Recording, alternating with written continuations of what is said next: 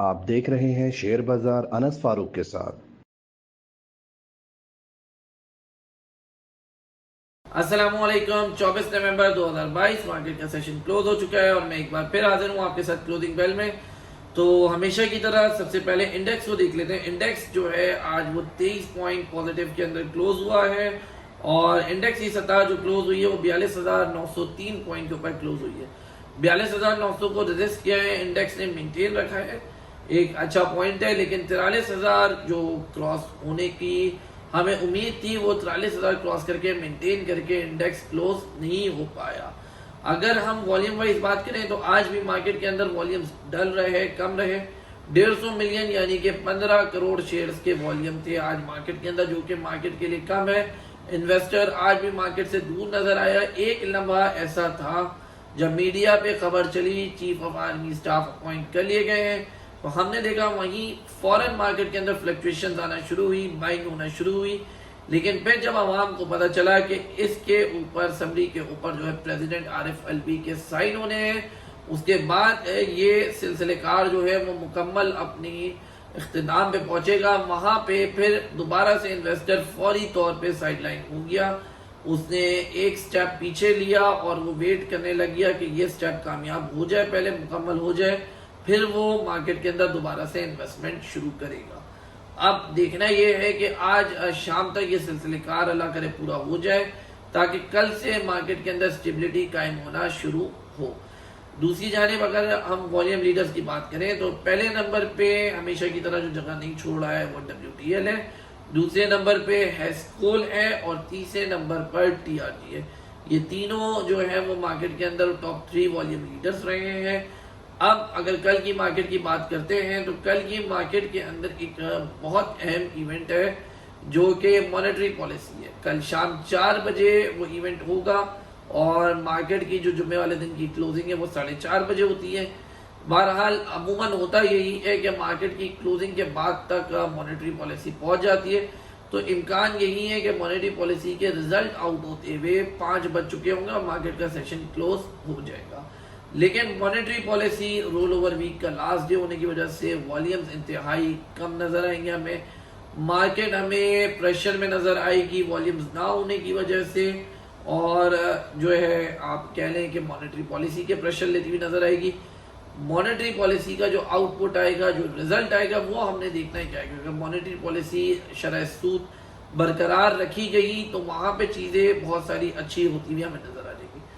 لیکن ایک فیکٹ یہ بھی ہے کہ اگر آج رات میں چیف آف آرمی سٹاف کی تعیناتی ہو جاتی ہے اور یہ سلسلہ جو ہے مکمل ہو جاتا ہے، آج رات کے اندر یہ اناؤنسمنٹ ہو جاتا ہے کہ سمری پر دستخط ہو گئے ہیں، تو پھر کل کا سینیریو ایک دوسرا ہوگا۔ کل انویسٹر جو ہے وہ پھر اچھی تیاری کے ساتھ آئے گا، کل ہمیں پھر والیومز بھی نظر آئیں گے، اچھی بائنگ نظر آئے گی، اسکرپٹس کے اندر ریٹ بڑھتے ہوئے نظر آئیں گے، مارکیٹ کے اندر تیزی نظر آئے گی۔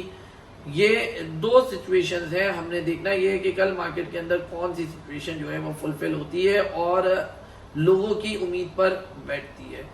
پھر ہفتے والے دن کی بات کریں کہ رول اوور ویک کے بعد جو ہم ویکینڈ پہ جائیں گے، ہفتے والے دن جو ہے وہ جو لانگ مارچ ہے اس کا سلسلہ کار جو ہے، جو آخری مراحل جو ہے، جو اس کو آپ کہہ لیں کہ جو اصل مرحلہ ہے اس کا، تو اصل ٹیسٹ زون ہے گورنمنٹ کے لیے، وہ راولپنڈی کے اندر ہوں گے، وہاں پہ ان کا احتجاج شروع ہوگا۔ اب دیکھنا یہ ہے کہ گورنمنٹ اس کو کس طرح ٹیکل کرے گی۔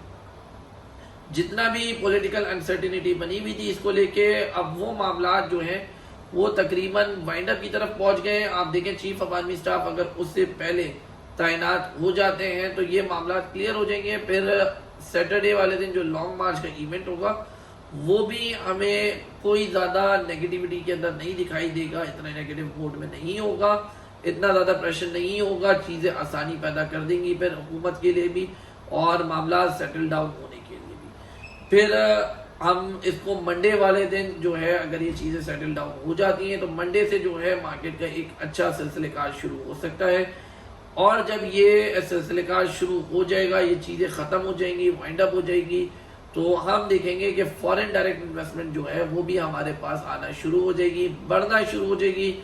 آپ کو فورن بائنگز مٹیریل انفارمیشن کے اندر انشاءاللہ اللہ نے چاہا تو نظر آنا شروع ہو جائیں گی۔ جو کہ بہت زبردست قسم کی ہوں گی. FATF سے جب سے ہم نکلے ہیں, جس طرح فورن انویسٹر کو مارکیٹ کے اندر آ کے اپنی انویسٹمنٹ کو انجیکٹ کرنا تھا, وہ ابھی تک نہیں کر پا رہا, صرف اور صرف اسی انسٹیبلٹی کی وجہ سے, انسرٹینٹی کی وجہ سے وہ انتظار کر رہا ہے کہ پاکستان کے حالات جو ہیں وہ ایک جگہ بیٹھے پولیٹیکل, تو پھر وہ اپنا پیسہ انویسٹ کرے. انویسٹر کی آنکھیں اس طرف بھی ہیں کہ اگر الیکشن ہو جاتے ہیں اگلے 5 سال کے لیے, ان کو معلوم ہو جائے کہ ایک گورنمنٹ نے رہنا ہے, تو وہ پھر گورنمنٹ کے ساتھ بھی مل کے چلیں گے, اپنی انویسٹمنٹ کو لے کے چلیں گے. ہمارا ٹیکسٹائل سیکٹر اس وقت ایک بحران میں ہے, ہمارا فارماسیوٹیکل سیکٹر اس وقت بحران میں ہے, اسٹیل سیکٹر ہمارا بحران میں ہے, اور ہر جگہ پہ ایک ہی مسئلہ ہے, ٹیکسٹائل سیکٹر جو ہمارا سب سے بڑا ایکسپورٹنگ سیکٹر ہے پاکستان کا, وہاں پہ ہمیں گیس کی اور بجلی کے مہنگے ریٹس اور کم فراہمی, یعنی کہ لوڈ شیڈنگ دونوں طرف سے, یہ اور مہنگے ریٹ دونوں طرف سے اس کے اندر مسائل شامل ہیں. جب یہ معاملات حل ہوں گے تو ضروری ہے, اور پھر گورنمنٹ کو ٹائم ملے گا اس طرف دیکھنے کا, ان کے لیے آسانیاں پیدا کرنے کا, تاکہ پھر یہ سیکٹرز بھی ہمیں مارکیٹ کے اندر چلتے ہوئے نظر آئیں گے. اسٹیل سیکٹر اور ٹیکسٹائل سیکٹر دونوں سیم ہیں.